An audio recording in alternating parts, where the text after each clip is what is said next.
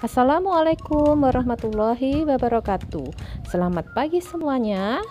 Kali ini kita akan belajar tentang asam dan basa, subbab indikator asam dan basa. Bagaimana kita bisa mengetahui sifat asam atau basa dari suatu zat? Di sini ada contoh jeruk, kemudian ada cuka makan, ada sabun, kemudian ada buah tomat, ada obat mah. Nah, mungkin untuk zat-zat atau contoh benda-benda tersebut kita bisa mengetahui dia asam atau basa hanya dengan merasakan atau mencicipi saja. Kalau masam berarti dia termasuk asam, kalau pahit berarti dia termasuk basa. Tapi apakah boleh semua zat itu dicicipi untuk mengetahui sifat asam atau basa? Nah, kita coba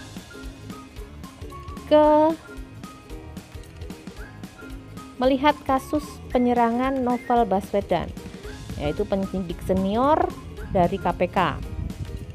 Di situ Novel Baswedan disiram oleh air keras usai melaksanakan sholat subuh. Hasilnya wajah Novel Baswedan itu mengalami luka bakar. Tidak cuma itu, mata Novel juga mengalami luka dan harus dirawat ke rumah sakit Singapura. Nah, itu artinya air keras yang disiramkan ke Novel Baswedan itu merupakan zat yang sangat berbahaya. Dan air keras itu ternyata setelah diselidiki adalah asam sulfat. Asam sulfat itu rumus kimianya adalah H2SO4. Jadi asam sulfat itu merupakan senyawa yang sangat berbahaya. Oleh karena itu, kita tidak boleh sembarangan bekerja dengan asam sulfat. Harus ada perlakuan khusus. Mungkin harus dilakukan di lemari asam.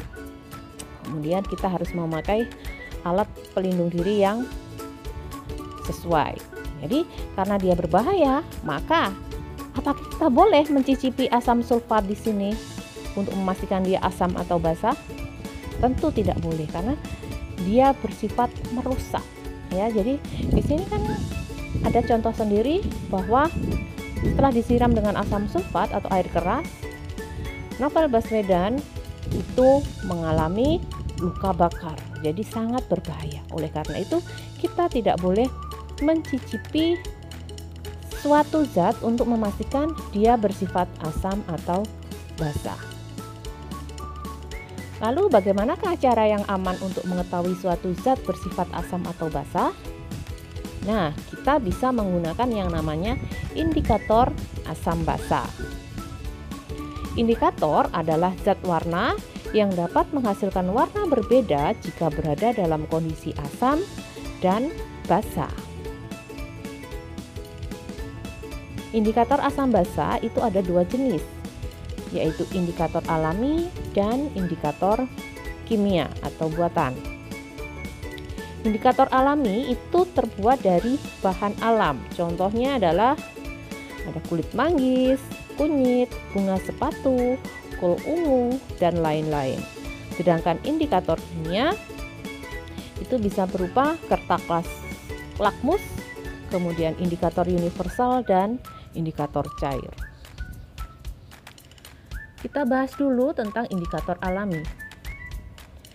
Ini adalah contoh ekstrak kol ungu yang digunakan untuk indikator asam basa. Di sini ekstrak kol ungu memberikan warna yang berbeda-beda pada larutan yang memiliki pH 1, 4, 7, 10, dan 13. Nah, di sini bisa diperhatikan pada pH 1 ekstrak kol ungu ini memberikan warna yang merah. Kemudian pada pH 4 warnanya pink muda. Kemudian pada pH 7 ini adalah warna aslinya ekstrak kol ungu, yaitu ungu muda sekali ya. Kemudian jika pH-nya 10, warnanya jadi agak kuning. Kemudian pada pH 13 warnanya semakin kuning terang. Jadi indikator di sini bisa menghasilkan warna yang berbeda-beda pada pH yang berbeda. Cara menggunakannya itu sangat mudah, yaitu kita hanya dapat mengambil ekstraknya saja. Jadi kita ambil ekstrak dari kol ungu tersebut, kemudian kita teteskan ke larutan yang akan diuji.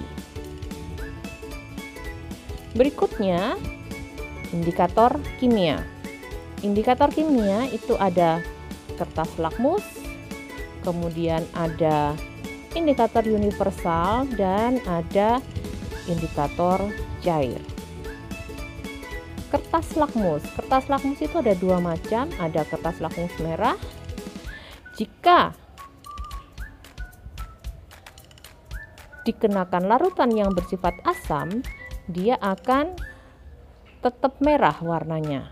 Kemudian lakmus merah jika dikenakan ke larutan yang netral, warnanya juga tetap merah.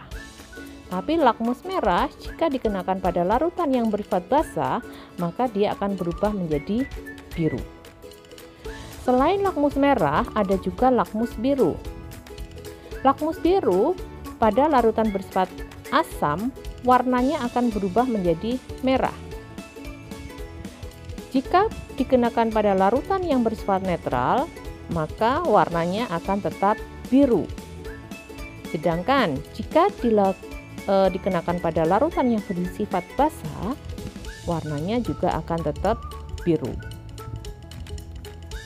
Nah, ini adalah contoh lakmus biru yang dicelupkan pada larutan asam cuka. Jadi lakmus biru berubah menjadi merah. Kemudian ada contoh lagi lakmus merah yang dicelupkan pada larutan air kapur. Itu ternyata lakmus merah berubah menjadi biru. Untuk berikutnya adalah indikator universal.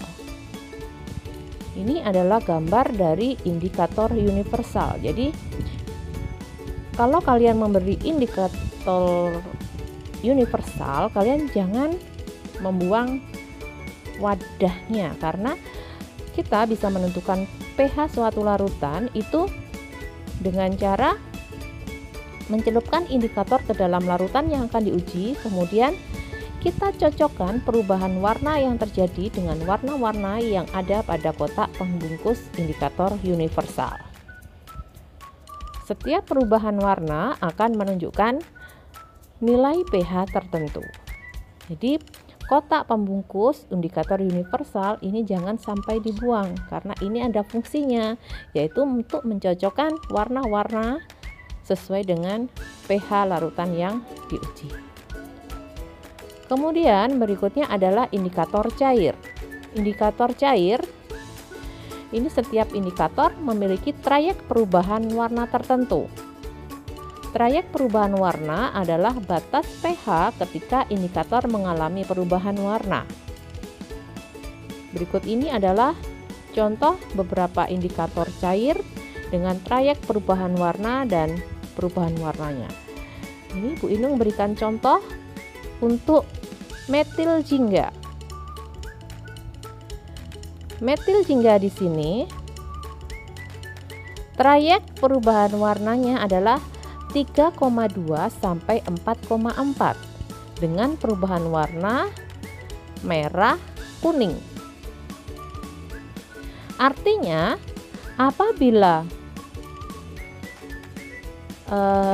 indikator metil jingga ini diteteskan pada larutan yang memiliki pH di bawah 3,2, misalnya pH 1 atau pH 2, maka indikator itu akan memberikan warna merah. Sedangkan jika indikator ini diteteskan pada larutan yang memiliki pH di atas 4,4, contohnya 5, 6, 7, 8 atau ke atas, maka indikator tersebut akan memberikan warna kuning. Tapi apabila indikator tersebut diteteskan pada larutan yang memiliki pH antara 3,2 sampai 4,4, maka dia akan memberikan warna antara merah ke kuning itu adalah jingga. Jadi jika misalkan diteteskan pada larutan yang punya pH 4, maka indikator metil jingga akan memberikan warna jingga. Seperti itu cara mendeteksi dia termasuk larutan dengan pH berapa. Ini contohnya, indikator metil jingga warnanya kan jingga. Kemudian jika diteteskan pada larutan NaOH, NaOH itu adalah basa, berarti pH-nya di atas 7, maka dia akan memberikan warna kuning. Dan jika diteteskan pada larutan HCl, maka dia akan memberikan warna merah.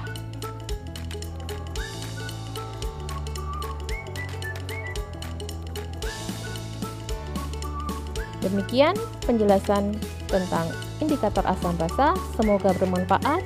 Jika video ini bermanfaat, silahkan di-share ke temannya agar memberikan kebermanfaatan yang lebih. Terima kasih. Wassalamualaikum warahmatullahi wabarakatuh.